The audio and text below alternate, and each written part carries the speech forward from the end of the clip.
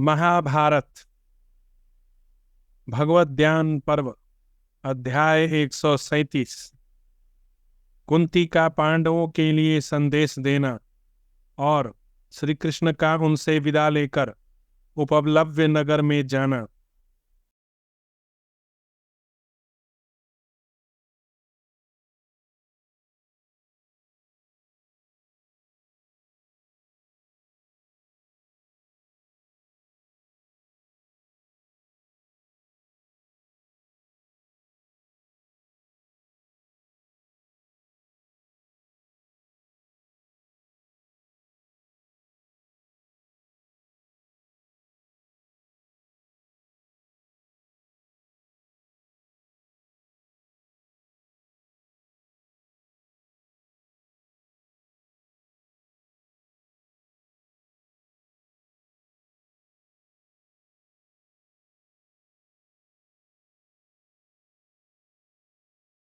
कुंती बोली, केशव, तुम अर्जुन से जाकर कहना, तुम्हारे जन्म के समय जब मैं नारियों से घिरी हुई आश्रम के सूतिका गृह में बैठी थी, उसी समय आकाश में यह दिव्य रूपा मनोरम वाणी सुनाई दी। कुंती, तेरा यह पुत्र इंद्र के समान पराक्रमी होगा। यह भीमसेन के साथ रहकर युद्ध में आए हुए समस्त कौरवों को जीत लेगा और शत्रु समुदाय को व्याकुल कर देगा। तेरा यह पुत्र भगवान श्री कृष्ण के साथ रहकर इस भूमंडल को जीत लेगा। इसका यश स्वर्ग लोक तक फैल जाएगा और यह संग्राम में विपक्षी कौरवों को मारकर अपने पैतृक राज्य भाग का पुनरुद्धार करेगा। यह शोभा संपन्न बालक अपने भाइयों के साथ 3 अश्वमेध यज्ञों का अनुष्ठान करेगा। अच्युत, सर्वसाची अर्जुन जैसा सत्य प्रतिज्ञ है तथा उसमें जितना बल एवं दुर्जय शक्ति है उसे तुम जानते हो। दशाहर कुलनंदन श्री कृष्ण आकाशवाणी ने जैसा कहा है वैसा ही यही मेरी भी इच्छा है। वृष्णि नंदन, यदि धर्म की सत्ता है तो वह सब उसी रूप में सत्य होगा। श्री कृष्ण, तुम स्वयं भी वह सब कुछ उसी रूप में पूर्ण करोगे। आकाशवाणी ने जैसा कहा है उसमें मैं किसी दोष की उद्भावना नहीं करती हूँ। मैं तो उस महान धर्म को नमस्कार करती हूँ क्योंकि धर्म ही समस्त प्रजा को धारण करता है। तुम अर्जुन से तथा युद्ध के लिए सदा उद्यत रहने वाले भीमसेन से भी जाकर कहना, छात्राणी जिसके लिए पुत्र को जन्म देती है उसका यह उपयुक्त अवसर आ गया है। श्रेष्ठ मनुष्य किसी से बैर ठन जाने पर उत्साहहीन नहीं होते। शत्रु दमन श्री कृष्ण, तुम्हें भीमसेन का विचार तो सदा से ज्ञात है।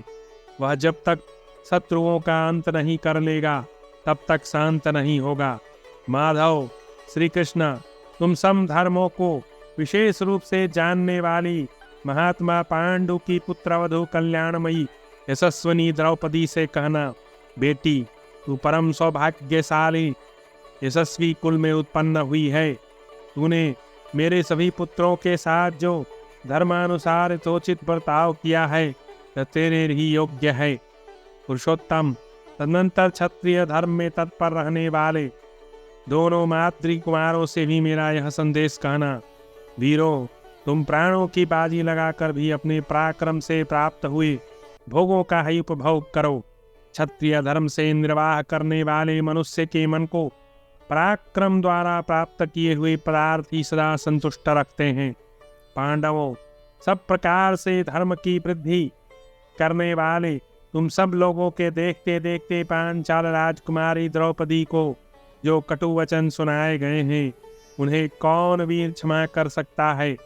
श्री कृष्ण, मुझे राज्य के छिन जाने का उतना दुख नहीं, जुए में हारने और पुत्रों के वनवास होने का भी मेरे मन में उतना महान दुख नहीं, परंतु भरी सभा में सुंदरी युवती पुत्रवधू द्रौपदी ने रोते हुए जो दुर्योधन के कटु वचन सुने थे वही मेरे लिए महान दुख का कारण बन गया है। क्षत्रिय धर्म में सदा तत्पर रहने वाली मेरी सर्वांग सुंदरी सती साध्वी बहु कृष्णा उन दिनों रजस्वलावस्था में थी, सब प्रकार से सनाथ थी, तो भी उस दिन कौरव सभा में उसे कोई रक्षक नहीं मिला। वह अनाथ सी रोती हुई अपमान सह रही थी। महाबाहो, समस्त शस्त्रधारियों में श्रेष्ठ पुरुष सिंह अर्जुन से कहना कि तुम द्रौपदी के इच्छित पथ पर चलो। श्री कृष्ण, तुम तो अच्छी तरह जानते ही हो कि भीमसेन और अर्जुन कुपित हो जाएं तो भी यमराज था अंतक के समान भयंकर हो जाते हैं और देवताओं को भी यमलोक पहुंचा सकते हैं। जुए के समय द्रौपदी को जो सभा में जाना पड़ा और कौरव वीरों के सामने ही दुर्योधन और दुशासन ने जो उसे गलतियां गालियां दी, वह सब भीमसेन और अर्जुन का ही तिरस्कार है। मैं पुनः उसकी याद दिला देती हूँ। जनार्दन, तुम मेरी ओर से द्रौपदी और पुत्रों सहित पांडवों से कुशल पूछना और फिर मुझे भी सकुशल बताना।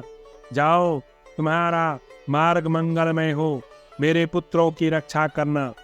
वैशंपायन जी कहते हैं जन्मेजय, तदनंतर महाबाहो श्री कृष्ण ने कुंती देवी को प्रणाम करके उनकी परिक्रमा की, फिर सिंह के समान मस्तारी चाल से वहां से निकल गए।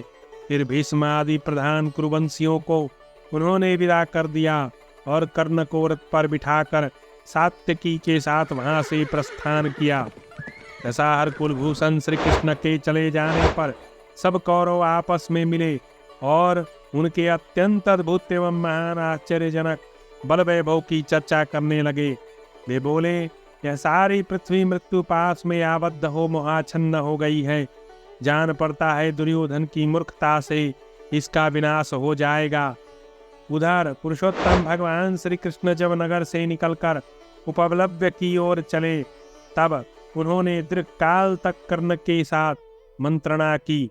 फिर राधानंदन कर्ण को विदा करके संपूर्ण यदुकुल को आनंदित करने वाले श्री कृष्ण ने तुरंत ही बड़े वेग से अपने रथ को घोड़े हकवाए। दारुक के हाँकने पर वे महान वेगशाली अश्व मन और वायु के समान तीव्र गति से आकाश को पीते हुए से चले। उन्होंने शीघ्रगामी बाज पक्षी की भांति उस विशाल पथ को तुरंत ही तय कर लिया और सांग धनुष धारण करने वाले भगवान श्री कृष्ण को उपलब्ध नगर में पहुंचा दिया। भीष्म और द्रोण का दुर्योधन को समझाना। अध्याय 138। वैशंपायन जी कहते हैं जन्मेजय, कुंती का कथन सुनकर महारथी भीष्म और द्रोण ने अपनी आज्ञा का उल्लंघन करने वाले दुर्योधन से इस प्रकार कहा। पुरुष सिंह, कुंती ने श्री कृष्ण के समीप जो अर्थयुक्त धर्म संगत परम उत्तम एवं अत्यंत भयंकर बात कही है, उसे तुमने भी सुना ही होगा।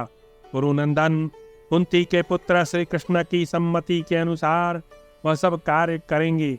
अब राज्य लिए बिना वे कदापि शांत नहीं रह सकते। तुमने द्युत क्रीड़ा के समय धर्म के बंधन में बंधे हुए पांडवों को तथा कौरव सभा में द्रौपदी को भी भारी क्लेश पहुंचाया था, किंतु उन्होंने तुम्हारा सब अपराध चुपचाप सह लिया।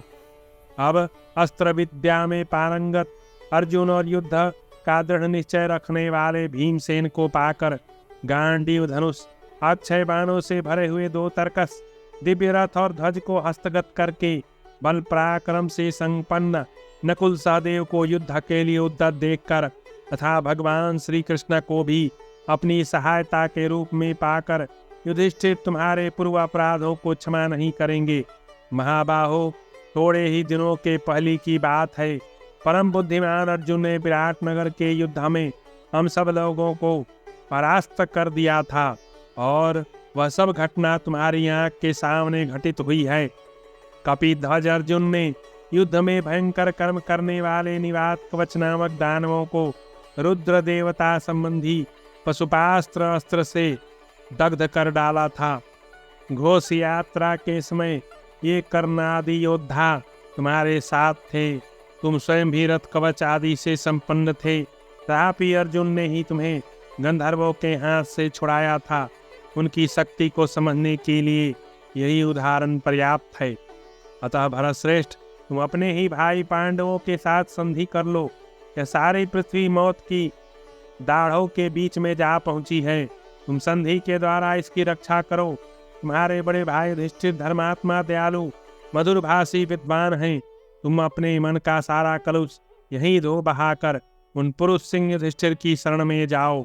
जब पांडु पुत्र युधिष्ठिर यह देख लेंगे कि तुमने धनुष उतार दिया है, तुम्हारी टेढ़ी भौहें शांत एवं सीधी हो गई हैं तथा तुम क्रोध त्याग कर अपनी सहज शोभा से संपन्न हो, तब हमें विश्वास हो जाएगा कि तुमने हमारे कुल में शांति स्थापित कर दी। शत्रुदमन, तुम अपने मंत्रियों के साथ पांडु कुमार राजा युधिष्ठिर के पास जाओ और पहले की भांति उनके हृदय से लगकर उन्हें प्रणाम करो। भीम के बड़े भाई कुंती पुत्र युधिष्ठिर तुम्हें प्रणाम करते देख सौहार्दवश अपने दोनों हाथों से पकड़कर हृदय से लगा लें।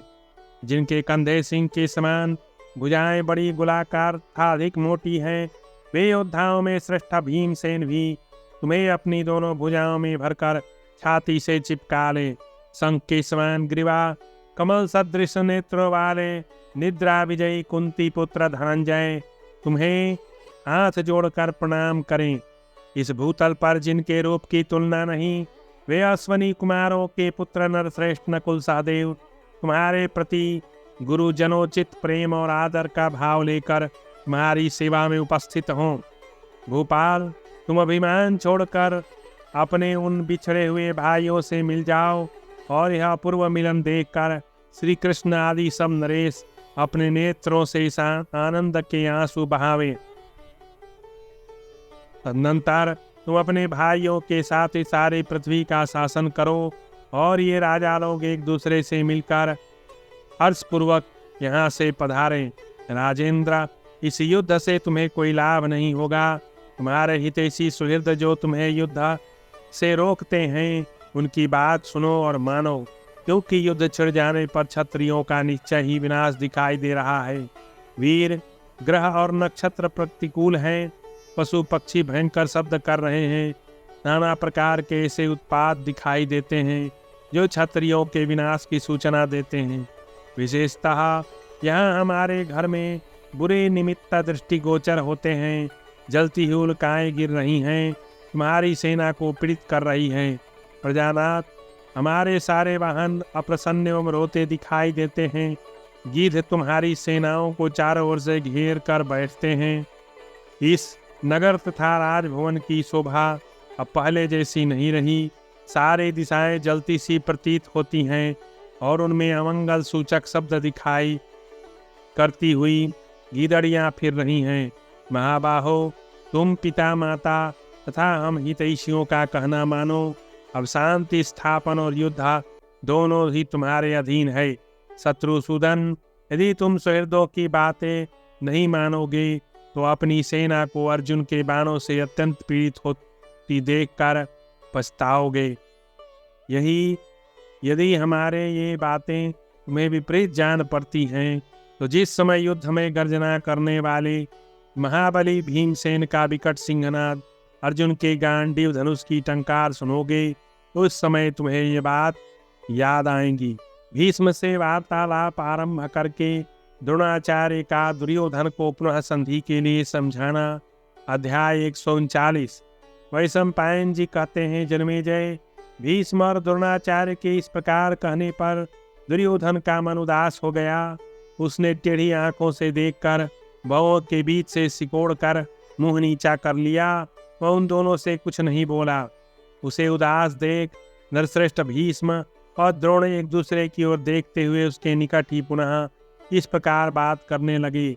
भीष्म बोले, अहो, जो गुरुजनों की सेवा के लिए उत्सुक, किसी के भी दोष न देखने वाले ब्राह्मण भक्त और सत्यवादी हैं, उन्हीं युधिष्ठिर से हमें युद्ध करना पड़ेगा। इससे बढ़कर महान दुख की बात क्या होगी।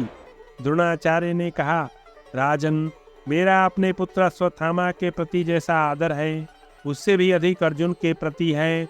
कपिध्वज अर्जुन में मेरे प्रति बहुत विनय भाव है। मेरे पुत्र से भी बढ़कर प्रियतम उन्हीं अर्जुन से मुझे क्षत्रिय धर्म का आश्रय लेकर युद्ध करना पड़ेगा। छात्रवृत्ति को धिक्कार है। मेरी ही कृपा से अर्जुन अन्य धनुर्धरों में श्रेष्ठ हो गए हैं। इस समय जगत में उनके समान दूसरा कोई धनुर्धर नहीं है। जैसे यज्ञ में आया हुआ मूर्ख ब्राह्मण प्रतिष्ठा नहीं पाता, उसी प्रकार जो मित्रद्रोही दुर्भावना युक्त नास्तिक कुटिल सठ है, वह सत्पुरुषों में कभी सम्मान नहीं पाता। पापात्मा मनुष्य को पापों से रोका जाए तो भी वह पाप करना चाहता है, और जिसका हृदय शुभ संकल्प से युक्त है, वह पुण्यात्मा पुरुष किसी पापी के द्वारा पाप के लिए प्रेरित होने पर भी शुभ कर्म करने की इच्छा रखता है। भरतश्रेष्ठ, तुमने पांडवों के साथ सदा मिथ्या बर्ताव, छल कपट ही किया, तो भी ये सदा तुम्हारा प्रिय करने में लगे रहे। अतः तुम्हारे ये ईर्ष्या द्वेष आदि दोष तुम्हारा ही हित करने वाले होंगे। गुरुकुल के वृद्धा पुरुष भीष्मा जी ने, मैंने, विदुर जी ने तथा भगवान श्री कृष्ण ने भी तुमसे तुम्हारे कल्याण की बात बताई है, तथापि तुम उसे मान नहीं रहे हो। जैसे कोई अविवेकी मनुष्य वर्षा काल में बढ़े हुए ग्राह और मकर आदि जल जंतुओं से युक्त गंगा जी के वेग को दोनों बाहुओं से तैरना चाहता हो, उसी प्रकार तुम मेरे पास बल है ऐसा समझकर पांडव सेना को सहसा लांघ जाने की इच्छा रखते हो। जैसे कोई दूसरे का छोड़ा हुआ वस्त्र पहन ले और उसे अपना मानने लगे, उसी प्रकार तुम त्यागी हुई माला की भांति युधिष्ठिर की राज्य लक्ष्मी को पाकर अब उसे लोभवश अपनी समझते हो। अपने अस्त्र शस्त्रधारी भाइयों से घिरे हुए द्रौपदी सहित पांडुनंदन युधिष्ठिर वन में रहे तो भी उन्हें राज सिंहासन पर बैठा हुआ कौन नरेश युद्ध में जीत सकेगा। समस्त राजा जिनकी आज्ञा में किंकर की भांति खड़े रहते हैं, उन्हीं राजराज कुबेर से मिलकर धर्मराज युधिष्ठिर उनके साथ विराजमान हुए थे।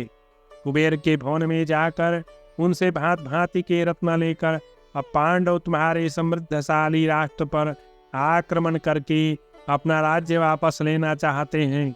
हम दोनों ने तो दान यज्ञ स्वाध्याय कर लिए, धन से ब्राह्मणों को तृप्त कर लिया, हमारी आयु तो अब समाप्त हो चुकी है, अतः हमें तो तुम कृतकृत्य ही समझो।